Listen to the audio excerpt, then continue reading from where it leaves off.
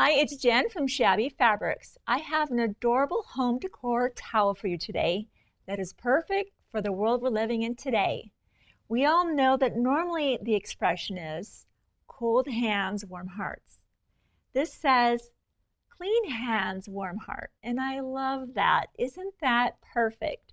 Now, I can't take any design credibility for this because my friend at Bareroots, Barri Sue, came up with this, and she's just so creative. I brag about Barri Sue. I think her last name is pronounced Gaudet, but she's one of the most talented designers in our industry, in particular for hand embroidery. And of course, during the middle of this pandemic, which is when we're filming this, she said, you know what, I want to do something fun that adds just a little bit of lightness to the situation. And isn't that just bring a smile to your face? And you can imagine if this is hanging in a bathroom, I think it'd just be a really fun conversation starter, and it just adds a little bit of a fun little spin on, again, a very serious situation. So clean hands, warm heart. Barri, thank you for allowing me to be able to bring that to our customers. This is a free download. You are welcome to print this, share this. All we ask is you don't sell it. Barri Sue's vision is to be able to share this with the world and have more people stitching this and just share this with everyone that you know. So to be able to download the instructions as well as the diagram, you'll be sure to go to the Shabby Fabrics homepage. If you're looking at this on YouTube, there'll be a description box where you'll be able to click on that. It'll jump you right to the download. But if you are watching, or if you're maybe at our homepage, at the very bottom, on the very bottom of the homepage, it says free downloads. Click that. You'll be looking for Clean Hands, Warm Heart embroidery pattern. You'll be getting the instructions as well as the hand embroidery diagram, which of course you'll be tracing onto your towel. We've put some simple kits together, what would be as a convenience. Obviously, if you've got maybe some fabric you want to put this on, maybe you have some blank towels, use what you have. If you don't have that, what we have here, these are the towels that Barri is using. We were able to get a limited amount of those in. Very difficult right now to get toweling out of India is where these are created. So we have a very limited amount, and we put together some beautiful embroidery floss twirls, again, in limited supply right now. And I was able to find these amazing buttons, and they say handmade with love. And we'll be sure to get a close-up of that. And that'll of course be at the very top. And it's just the perfect finishing touch because this whole project is handmade with love. All right, step one. So I'm going to put this aside for now. We're going to jump into this. It's a little bit of a longer video. Hang in there. And it's going to be worth it. And you're going to be wanting to make these over and over again. It's just a lot of fun. Super cute. Step one will be to wash and dry your towel and press. And I've done that ahead of time.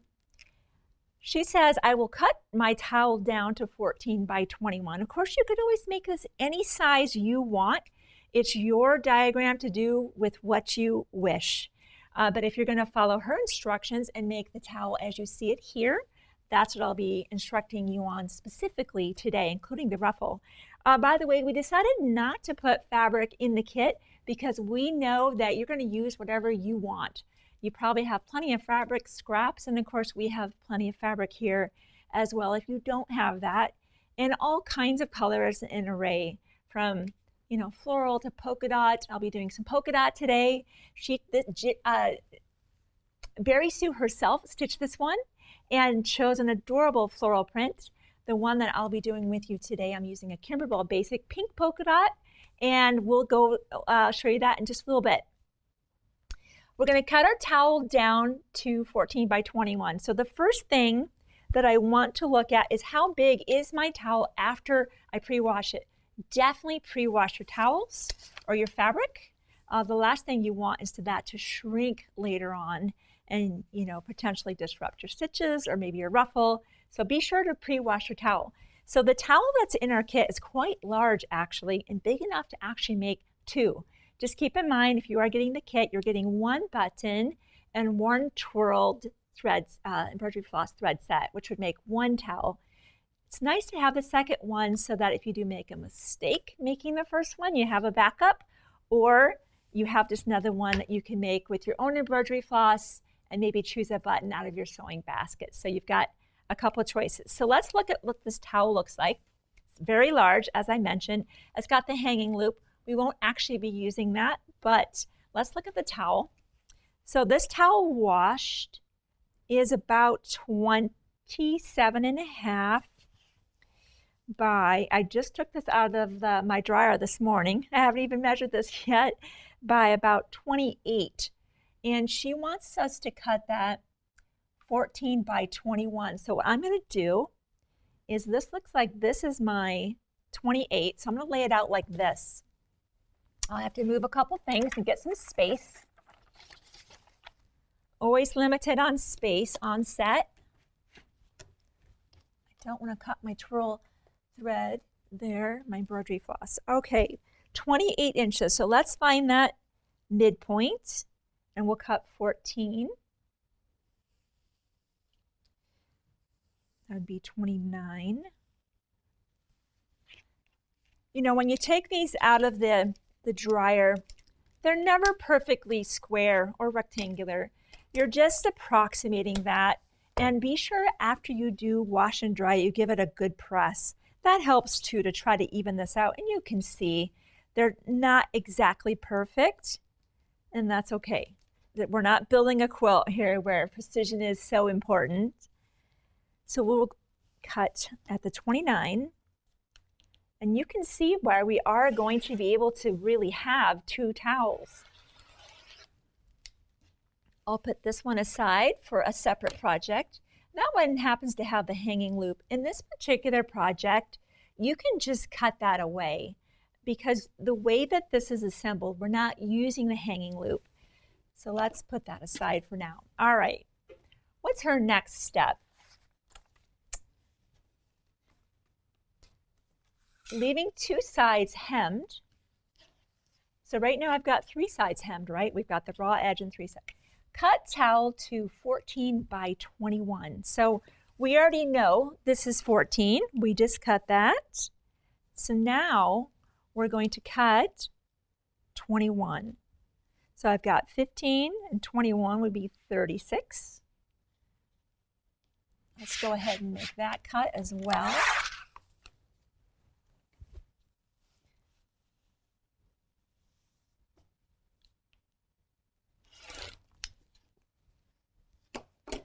Okay, some more scraps here. Leaving two sides hemmed. So let's just review that, because when I first made the towel, I was like, what does she mean by that? One side is hemmed and the other side's hemmed. Now we have this raw edge and this raw edge, and we're going to hem those. That's the next step in her instruction. Let me get my iron warming up, and I'll bring my pressing mat into play. So before we even stitch or trace the design onto the towel, we need to hem those. Her instructions are rehem the raw edges, turning under twice, 1/4 inch, and then 3/8 inch. So when I look at that, basically we want to hem those other two sides so that they look like the other two hem sides. It's not different. And that instruction that she gave us actually does produce a finished hem that looks just like that. Sometimes it's difficult for me to assess what does 1/4 inch look like, and especially 3/8. It's not a measurement that I use very often, the 3/8. So I've got a Clover hot ruler. I love this because no matter how hot, you know, most rulers, right, you could never touch them with a hot iron because they literally melt. This is specifically meant to be heated up. So what's the idea of the ruler is that first mark there, you've got marks, of course, on this end all the way across. So see that nice 1/4 inch? I'm going to lay that down here. And when I fold my towel over, if it comes to the line, that's the 1/4 inch, I'm there. So that just helps me form, and I'm not guessing.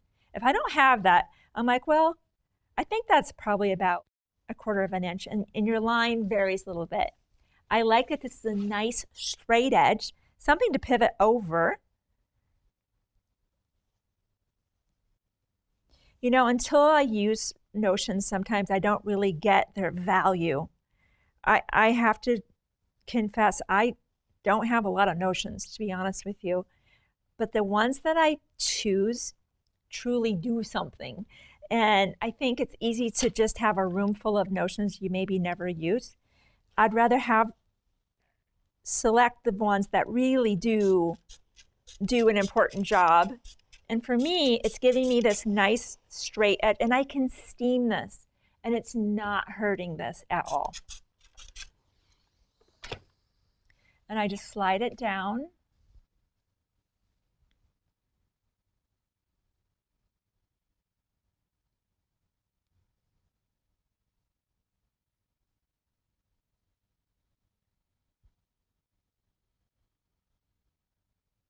Okay.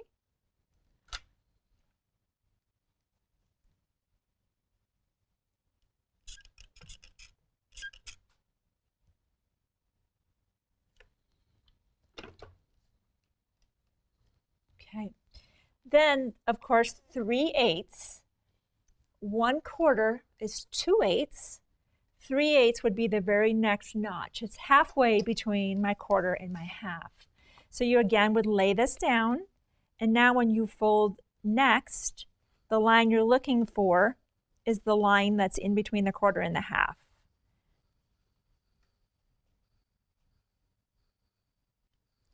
And you'll just repeat that process.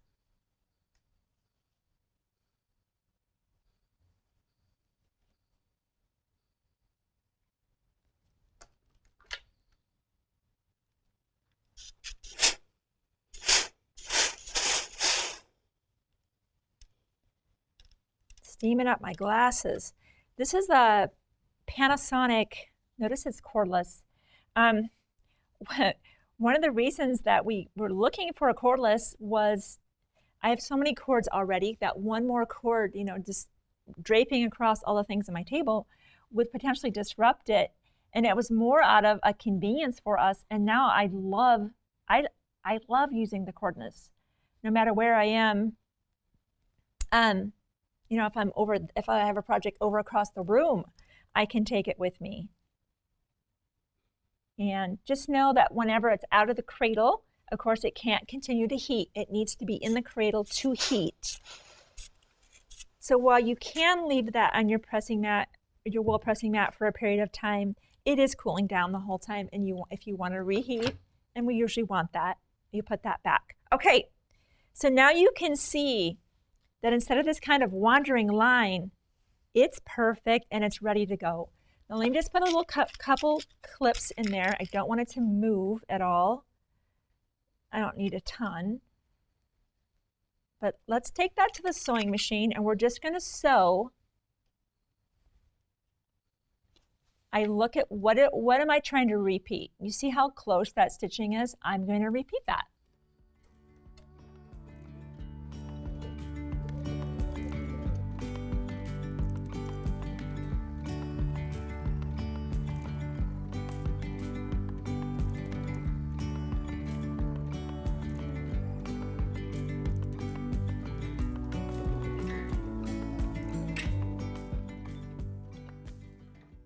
So let's look at what we've accomplished.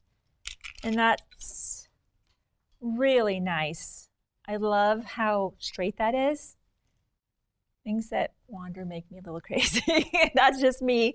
But I love that it's nice and straight, and I wouldn't have been able to do it without my hot ruler. You'll do the same thing on this, exact same process, the 1/4 inch and the 3/8. I've done that ahead of time, so let's grab that and save us a little bit of time. It's a longer video already because of all the steps coming up. So let me grab that. And I've also traced ahead of time, again, trying to save us a little bit of time on camera together. So that's the 4 sides hemmed. The next step after the hemming is the tracing. Trace design using a light box and your favorite marking tool. In the past, I've used a micron pen, which is a permanent marker. I don't like permanent markers. What if I make a mistake? What if I, oops, traced it and it's not quite center? I was stuck with that. And I either had to remake the towel or remake the background or whatever I was doing. Since that time, I've discovered the friction pen. And what I love about the friction pen is I can draw on here. I'm just drawing. If I don't like that, I iron it away and it's gone forever. And that's the beautiful part about a friction pen. One caveat, if you're using a friction pen on, say, a gray, maybe a lighter red, and you iron it away, it can leave a little bit of a shadow of where it was. But I've noticed when you're using the friction pen on light colored fabrics, there's never anything that comes back. So that's one thing to mention. How do you do this tracing? Well, it's difficult. Let me get the download here. If you just have the towel and you lay that on here, it's difficult to see through that. It's not impossible. And in the day, I'd grab tape it up to my sliding glass door, but at night, there is no light coming through. Thank goodness, daylight makes a beautiful light box. Let's take that over to the light box right now. And I just want to show you the difference. This is you trying to trace and push it through, and this is turning on the light. And that's not even all the way bright. This particular light box can go much brighter. But isn't that just such a different experience? It makes it fun. So I definitely think if you're going to be doing any kind of tracing at all, a light box is a great investment. Again, I don't have gads of notions in my sewing room, but you can be sure I definitely have a light box. Finding the center, because you kind of want to figure out, where is that center? Because as you see, the towel is folded. We make it center the design and then it kind of folds back. So you want to make sure that you do have that centered. All that I did, and that's why the Wonder Clips are here, is I folded it in half and I just put Wonder Clips at the midpoint. That just helped me know where that was.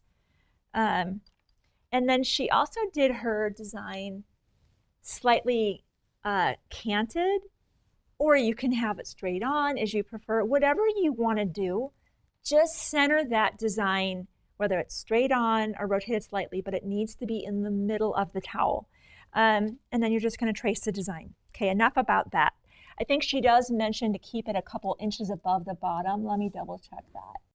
Yes, 1.5 inches from the bottom of the bottom edge. So that's another thing that you can do with your smaller ruler, even with your hot ruler, is just making sure that you're about 1.5 inches.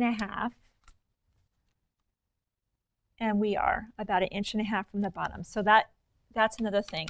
It's not only getting it centered in the middle, but don't bring the design all the way to the bottom. Stay a little bit of a distance away. All right, what's next?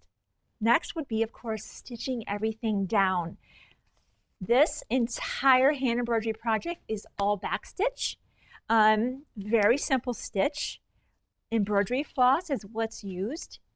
Inside your little kit, if you're purchasing the kit, or maybe you're going to use some DMC embroidery floss or another brand of embroidery floss, usually there's 6 strands in a skein of embroidery floss, and which is true here as well.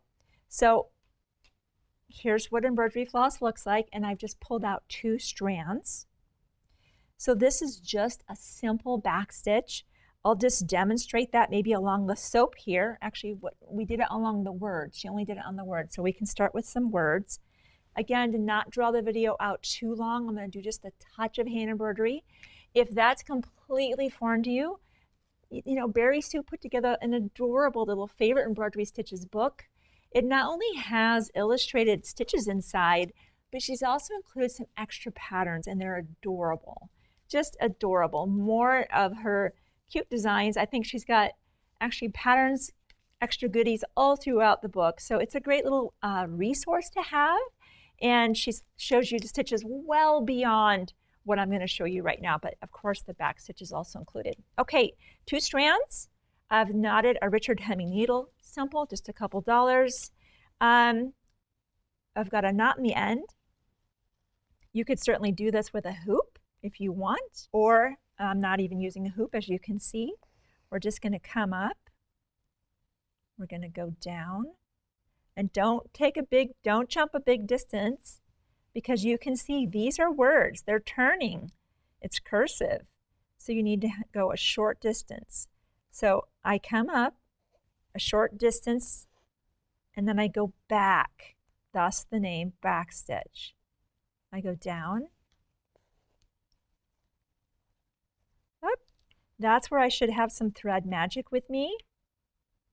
Thread magic, if you ever have a problem with tangling, it just adds a little bit of a coating, and it helps resist. I don't have that with me.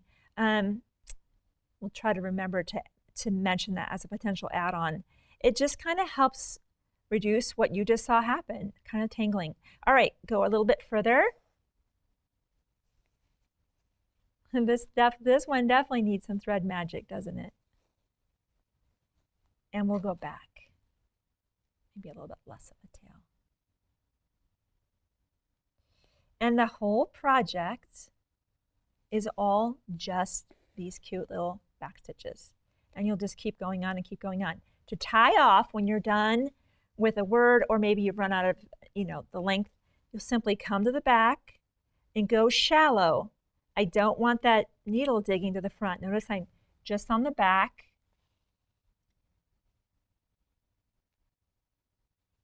I make a little loop. Don't tug too hard because you could distort your stitches. And then I do it a second time. And that's how you tie off, because you're certainly going to be using multiple times you'll have to do the black, because it's all of the wording. And then you'll just trim that away. And you don't want to keep too long of a tail back there, because you could see that potentially the black. All right, and you'll continue all of your stitching. Let's jump fast. We're going to fast forward. I've already done the stitching. Now what? Let me grab that out. So here is our towel. We've already stitched everything down, of course, everything hemmed. What is next? The next step is, let me point one thing out. When Barri Sue did hers, she also added adorable running stitch here. You will have enough embroidery floss in your floss set to do that in, I believe it's the darker pink. And you'll be able to add that running stitch down here. That's the only other stitch I should have shown you. And what's very easy to do about that particular stitch is, unlike the back stitch where all the stitches touch, you're just doing a stitch where you're coming in and out and adding a certain distance. It's very simple, very straightforward. But the one I'll do with you today won't have that stitch in there. So if you don't want to add that detail, you don't have to. That stitch runs along this kind of seam down here. So I think it's cute with or without it. The one I'll be doing today, as I said, will be without it. But that would be a step that if you choose that, you would be doing that. All right, when stitching is done, remove tracing lines if necessary. We talked about that. If you use the friction pen, you can iron that away so there's all of that's gone. Ruffle. We love our ruffle. Cut one strip of a fabric 3 by 30 inches.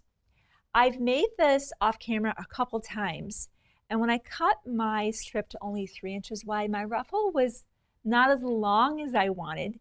So I've gone ahead and cut my ruffle to actually 4 inches. This is Kimberbell Basics. I love polka dot. And because the print was bigger, I just wanted more of it. So I actually cut this strip to 4 inches, but you can try 3 and see what you think. I just wanted a little bit more ruffle. Cut one strip of fabric 3 by 30, or in our case 4 by 30. Fold in half, right side together along the length. So I've got my length here, and what they want us to do is fold this together. Our right sides together, and sew all 3 raw edges 1/4 of an inch, starting at the side. Sew along the raw edge toward the middle and stop and leave a gap, because we have to turn that through. So let me show you that.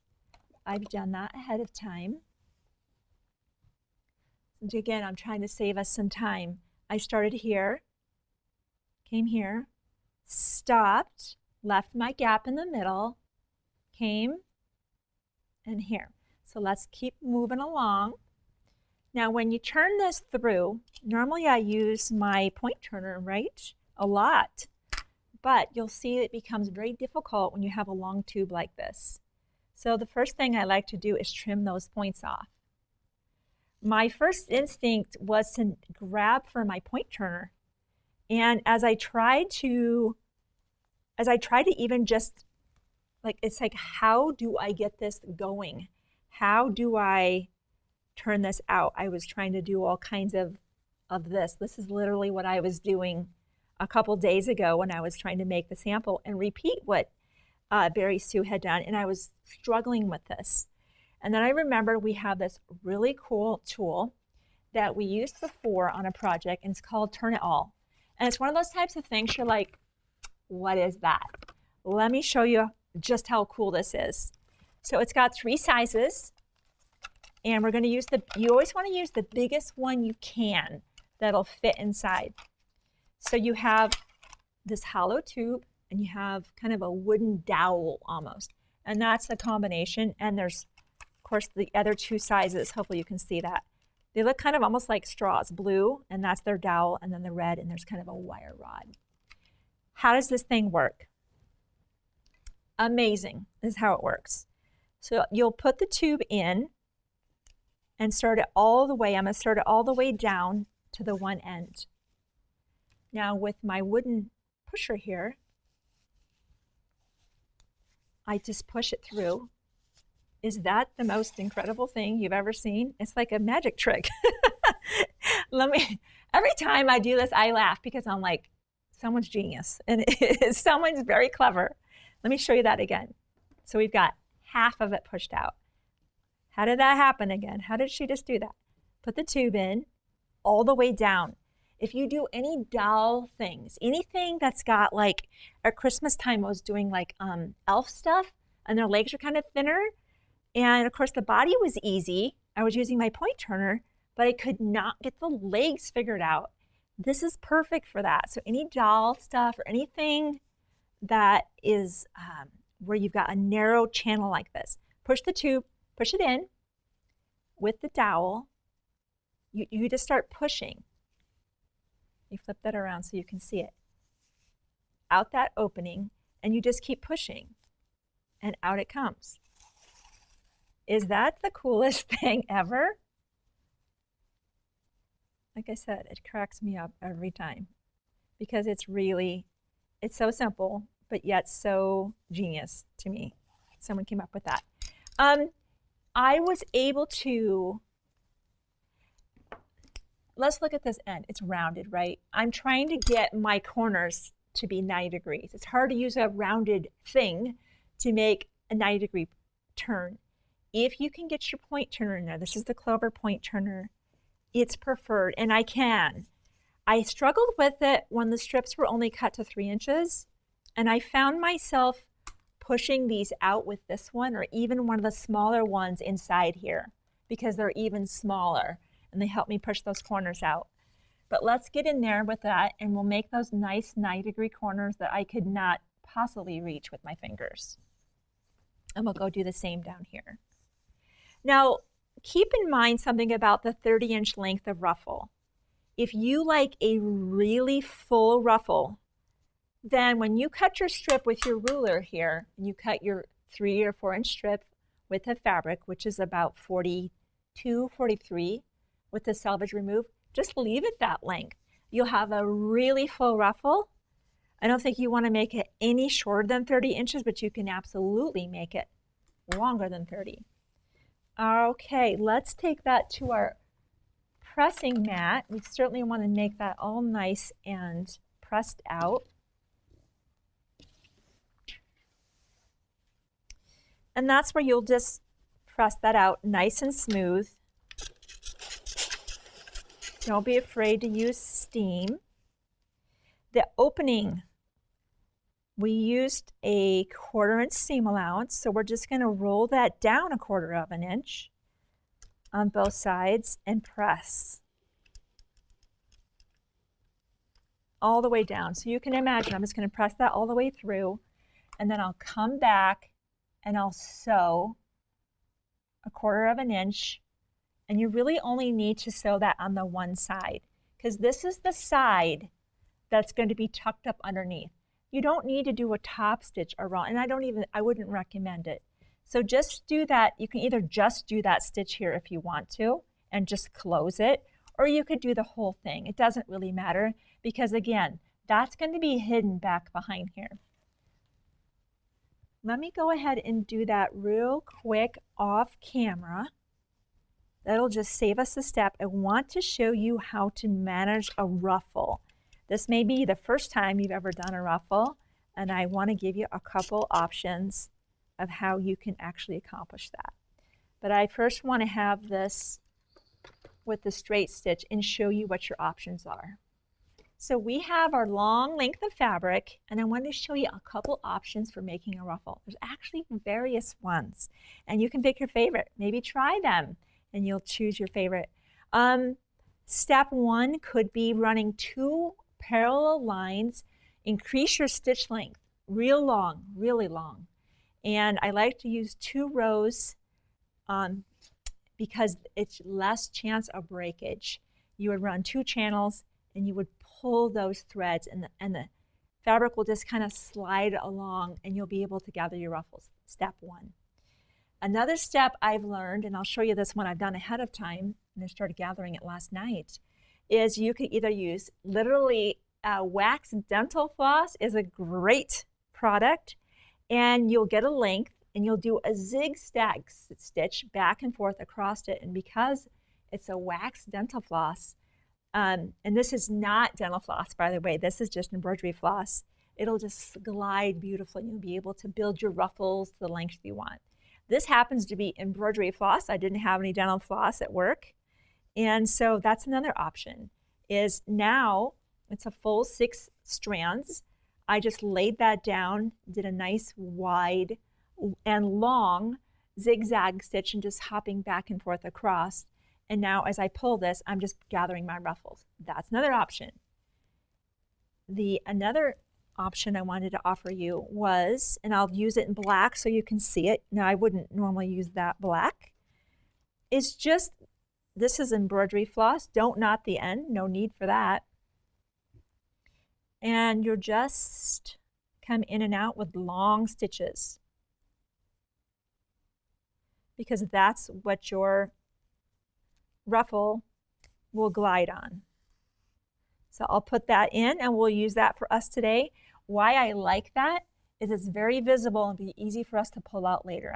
I, as a matter of habit, do not leave gathering stitches in place. I remove those. So I'll do that real quick. So I've run the long basting stitch, and it's funny, even in the process of running that through, it starts to gather on its own. A couple things you can do is just, I'm trying to make it straight again so that it's just straight. You can find the midpoint and say, okay, that's my middle, and we can mark that. I should have kept my Wonder Clips on the table with me. You can do that if you want to, so that you gather an even amount. It's not super important, but it's very easy to kind of bias your ruffles, but no big deal. Is you're just going to, in essence, be trying to distribute them evenly. And again, you like the more of a fullness, then go ahead and cut your length longer than 30 and you'll have more to gather up. The ruffle's going to fit at the bottom of this, and we know that that distance hemmed is about 21 inches. So we're going to take 30 and make it become 21 inches. So let's just gather that up, and you just kind of move the ruffles along to the midpoint. That's how I generally, when I'm doing, I love ruffles. Oh, especially when my daughter was just a baby. My gosh, I think she wore a lot of ruffles. So I like to gather from this side to the midpoint, and then on to that next midpoint, I pull from the other side. You don't have to do it like that. You can gather from the one side and then just push them down. But I like to have the ruffles evenly distributed. All right, once you get them to the point where you think that's about where it belongs, you just want to check. So it looks like I gathered a little bit too much. Now just remember that the part in the very back back here isn't really seen. So if you want to bias the majority of the ruffles or more of them toward the front, you can. It's your towel. So you can leave it a little bit flatter toward the end. There's already a lot of bulk going on. So keep that in mind. You've got a lot of intersection right there with that seam and this seam and now this. So you might want to consider keeping a ruffle away from that very edge right there.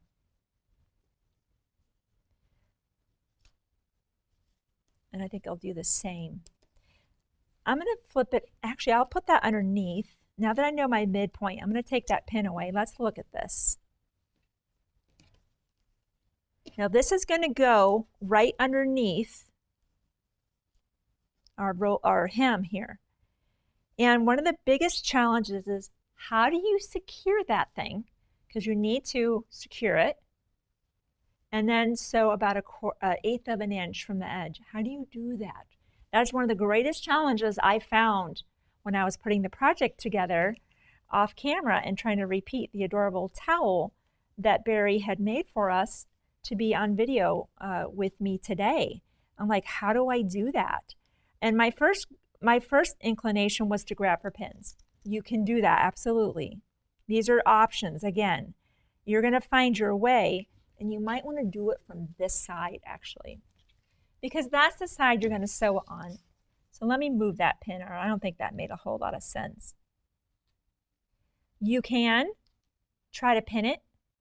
A little awkward, especially because as you come into the pin, you need to move it. You need to move it out of the way. Here's something else I ended up settling on when I'm like, I don't like the pins. The Wonder Clips are not right for this application because how do you make it work? It's something I rarely use, but when you, it feels like notions are like that. Some of these more obscure notions, you think, I don't really get that until you need it. And then you go, I get it. I get why that notion exists. That was the moment for me when I grabbed for, it's a wash away Wonder Tape by Dritz. And it's something, again, I'm a quilter, so I rarely use something like this, but when I was kind of grasping for what's the best way to do this, and something I wanted to offer as a potential option if you don't want to pin, the pinning can work. As I said, it's a little awkward. Let me get this nice and pressed out for us. But what this tape is it's double-sided actually. And it washes away, and if you don't want to wash it away, it stays in there forever, and that's fine. It's just a couple dollars. I think there's 10 yards in here. So you unroll this, and it's sticky on the side, and I'm just going to lay that down.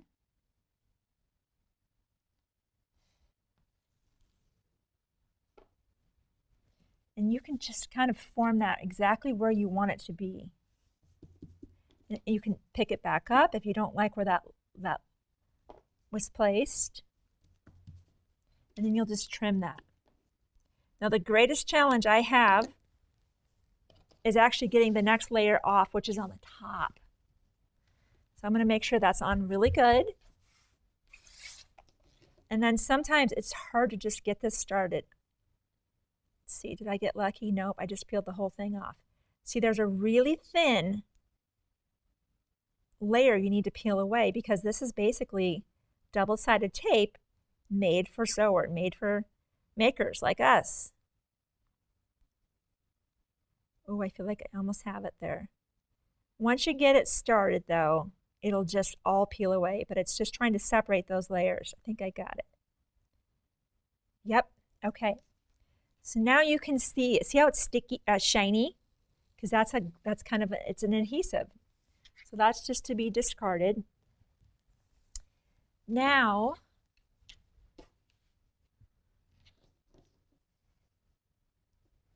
I'm going to push on here. Let me make sure I've got my length right. You might want to double check your length because once you get it all pushed on, you don't want to disturb that. So this is just one of those things you have to just take your time.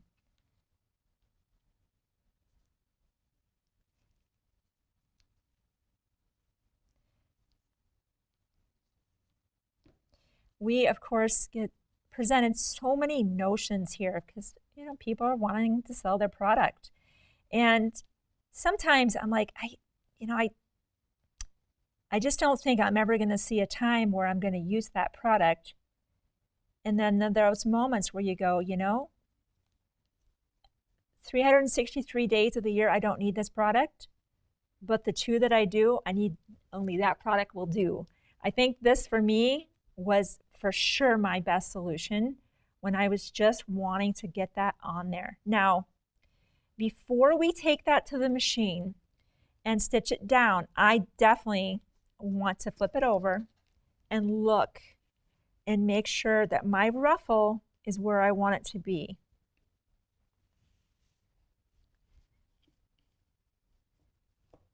This is like reality TV show for quilters. You're watching me make it live.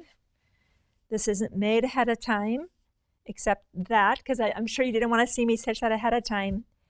I'm comfortable with that. Now she mentions to stitch 1/4 of an inch from that edge. I've got my ruffle up a little bit higher. I think I'm going to stitch a little bit higher than that, just because I want to secure that top edge. So maybe I'm closer to not quite a full 1/4. But I could have probably brought that down, but I want to see more of my ruffle. I'm not going to remove this black just yet. I want to secure that thread. I want to secure that ruffle, and then I'll remove my black or my dark brown. Let's stitch this down. Make sure it's down securely. You could even do a zigzag stitch if you wanted to. I'll do just a straight stitch.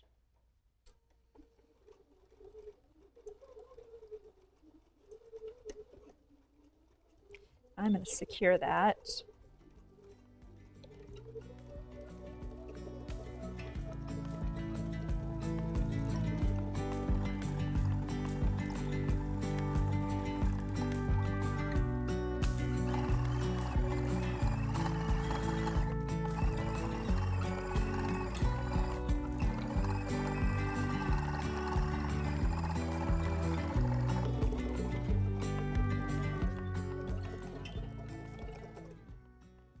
So let's see how we did here.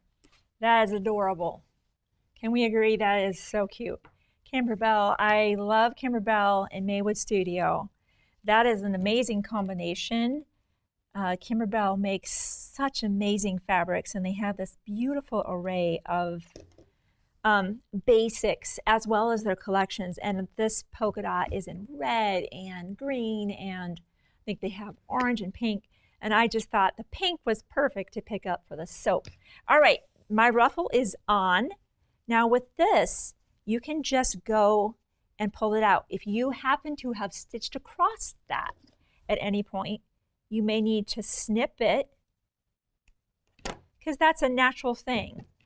As you've been stitching things down, you may have crossed that, and now it appears to be stitched down. You see how I can just go pull that out? And I'd be using a seam ripper instead.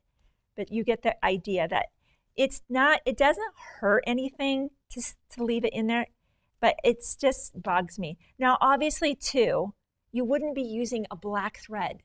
You'd probably be using pink, something that isn't jumping out at you. But I wanted you to be able to see what I was working on. And this is why I almost always have a seam ripper with me.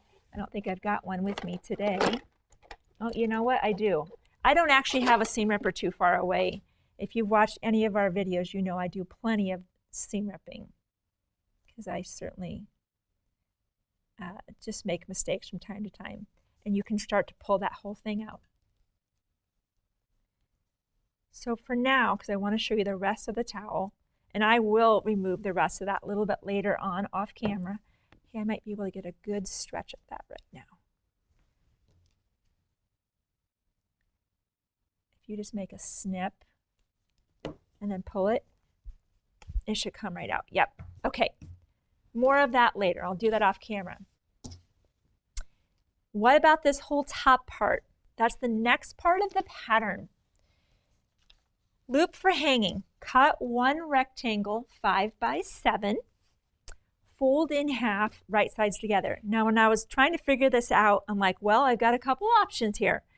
I could fold it like that, or I could fold it like that. This is the correct way. And that way it's going to basically, once it's turned right side out, be long enough. If you get confused on that, take it, you can see that you need that longer distance. So it's the 7-inch length that you're trying to maintain, and you'll just fold that in half.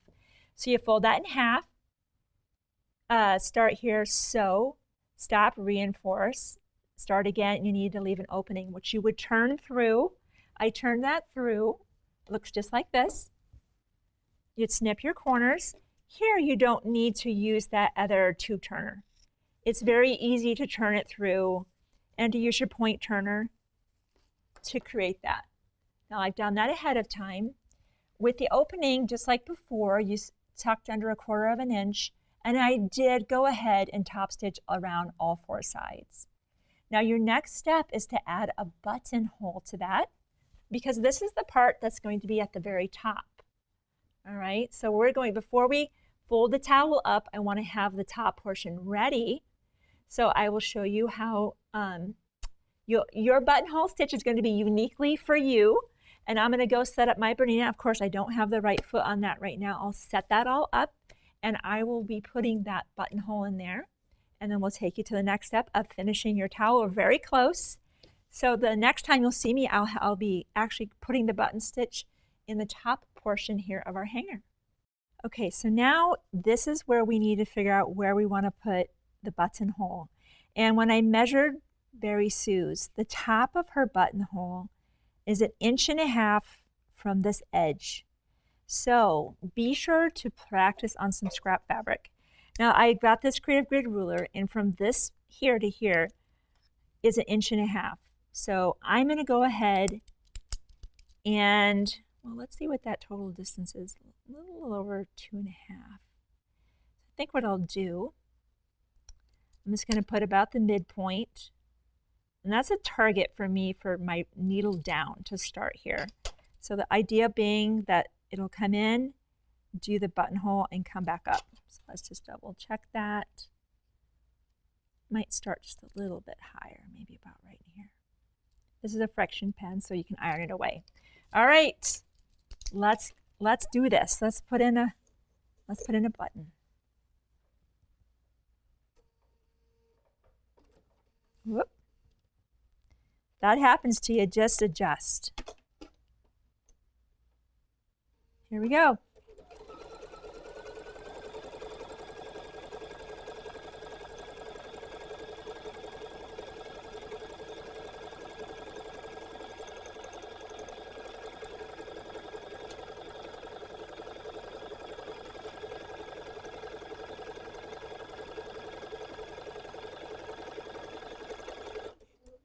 Oh, I love my BERNINA.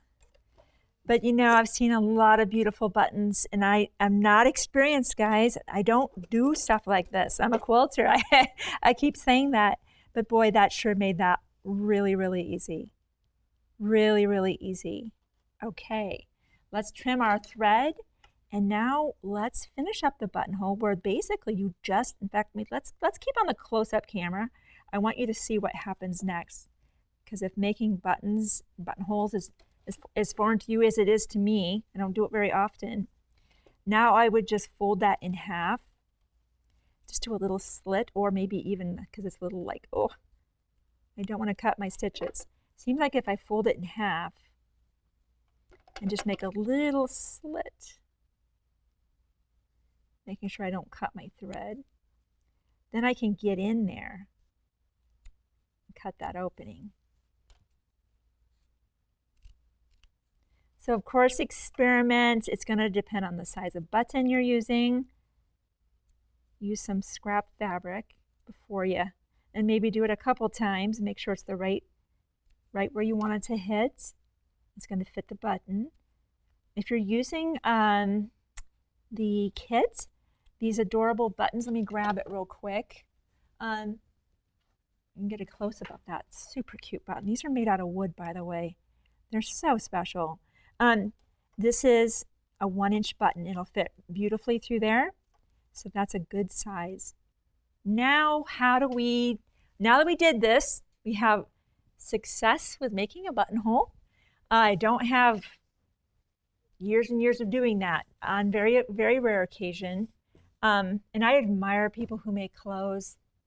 I've never felt comfortable doing anything beyond pajamas. So all of you that make fitted clothes, I salute you. I think it's amazing, and you're probably like, what's the big deal? I've made so many buttonholes, I can't even count them.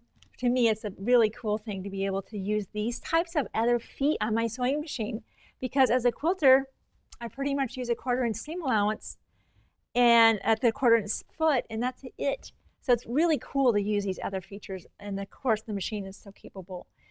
Now that I have this, I've got to be able to accordion it up so that I can apply this. So let's go back to our pattern and let me talk you through this.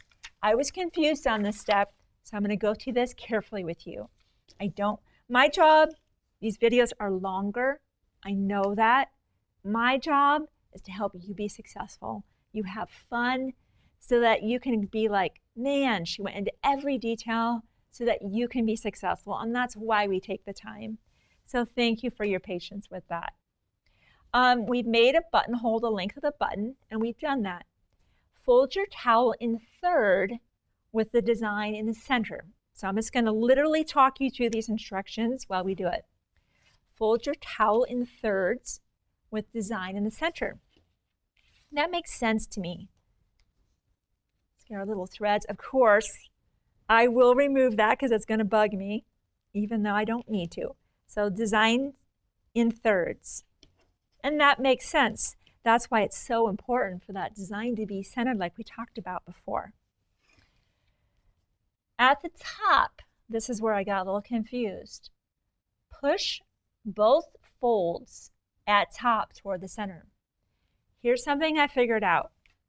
Doing just a little bit of a press made this next step a little bit easier for me. I just had a little bit less going on. Fold your towel in thirds with design in the center. At the top, push both folds, that's these, at top towards center. Have them meet and touch each other.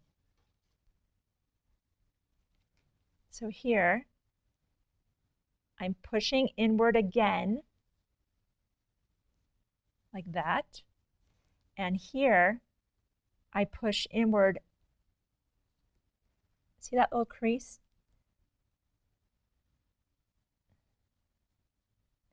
And that's what she's saying. Make them meet. Now I had to roll this edge under just a touch to make that work. This is one of those things in quilting and crafting I call make it work. It's a little awkward. So let's look at how Barri Sue did hers. You see that little tuck she's got on the sides? So I want you to be able to see her version. Maybe an overhead shot is helpful. So if you two are struggling with that, you're able to see how she tried to accordion that up at the top. So let's go back. We're like this, and all we know is we need to kind of bring this in. So she brought that tuck in, and you're trying to kind of smooth that in, and I brought that in until they meet like this. But then I had this flap out here. I just kind of folded that in. That's how I, quote, made it work. And that's how mine looks. This I do recommend, go ahead and pin that, because we're going to take that to the machine and we're going to sew that. We're going to secure that before we attempt to put that top on.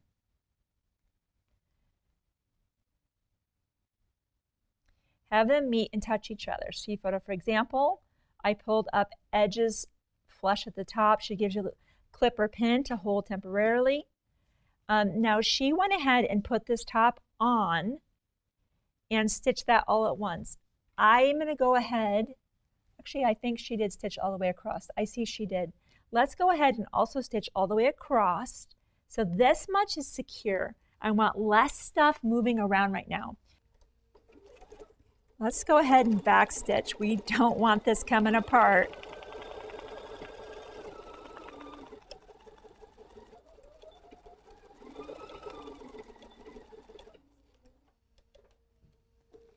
And kind of push that pin along, that's fine.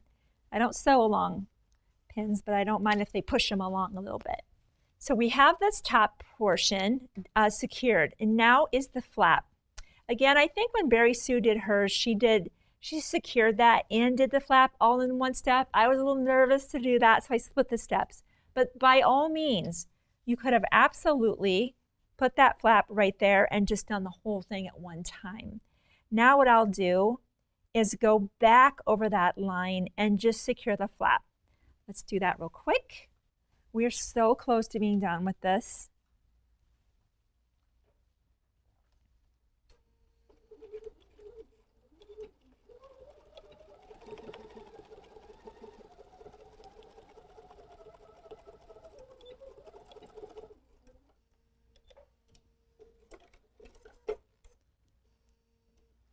Oh, that is so cute. Oh, I do love ruffles.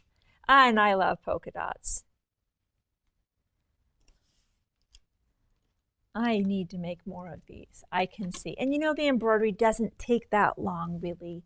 It's not super time consuming. You can do that in a couple of hours and it's done.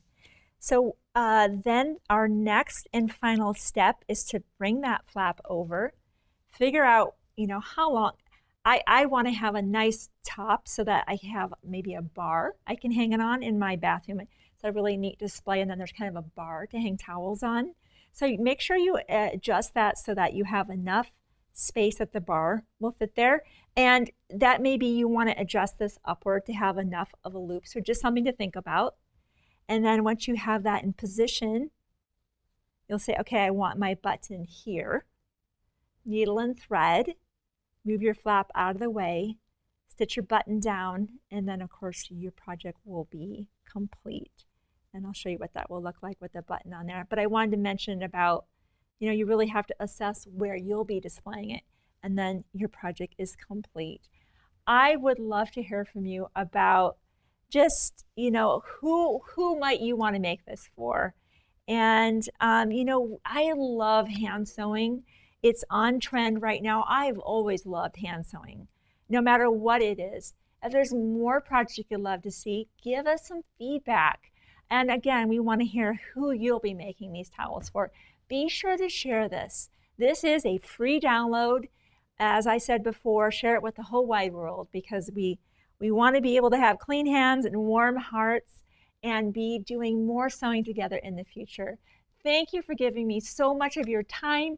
I hope you enjoyed learning how to make Barri Sue's amazing towel, and I'll see you on a future video.